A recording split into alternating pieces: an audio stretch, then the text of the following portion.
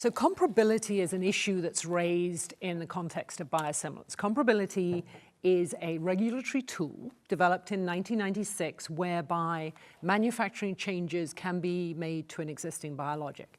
Then it was adopted internationally in 2005 and under so-called ICH.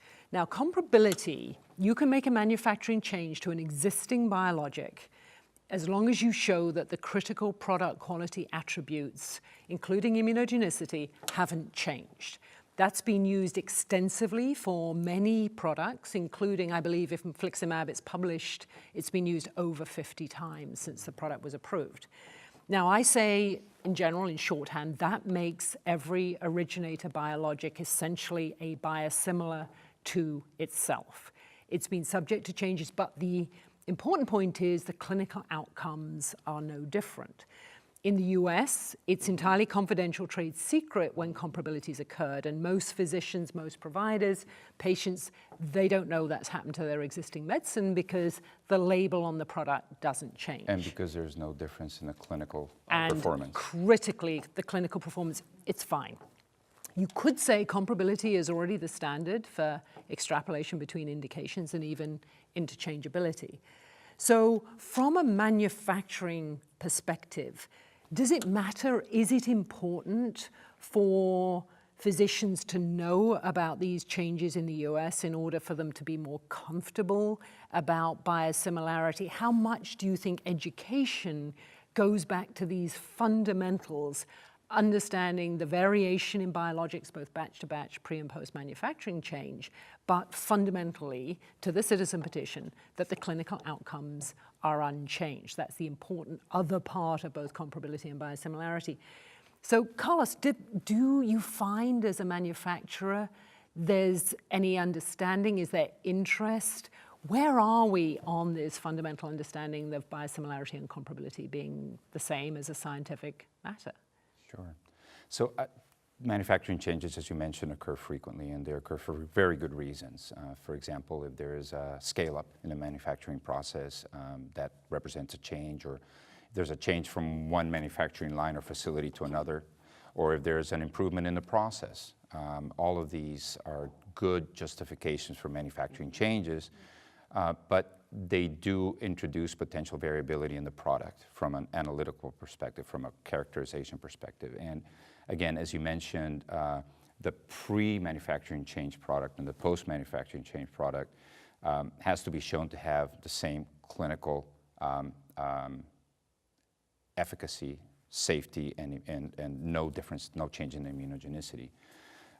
This is not well known. This is not well known among providers. In fact, when you describe this in a manufacturing change and the fact that it does result potentially in a change to the product, they're not aware. But I think what's critical is also what you mentioned. These changes occur frequently. They occur for good reasons, but there must be a demonstration that there's no clinical impact. And they can happen multiple times, as they do, and you mentioned the example of infliximab that's been available now for a long time and has undergone many manufacturing changes, some of which are relatively minor, others may be somewhat less minor, but as long as the pre- and post-change product is shown to not have any change in the clinical effect, then the product remains in the market. There's no change in the label.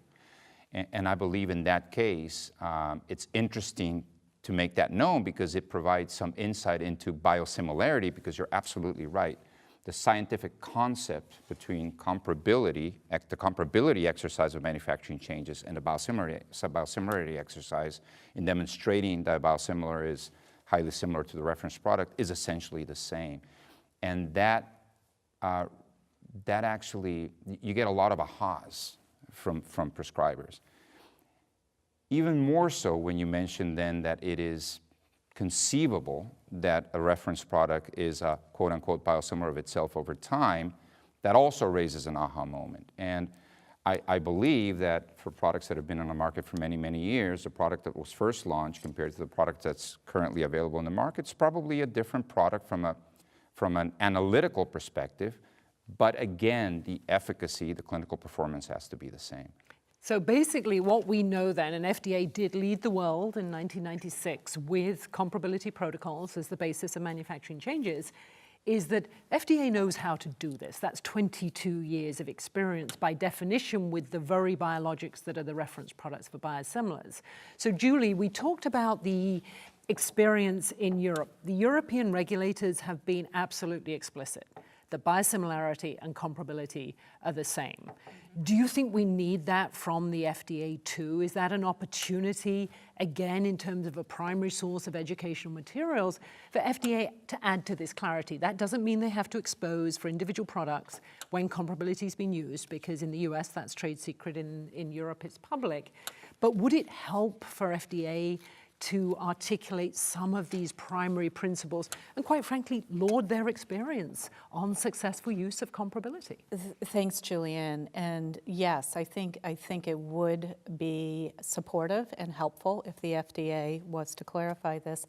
But I think, and I go back to what Carlos said, and I think it's important to understand both Pfizer and Novartis Sandoz were innovator companies and biosimilar companies as well. And I think if the FDA could clarify this, but also clarify that the standards for a biosimilar and its innovator biologic or its reference product are not different.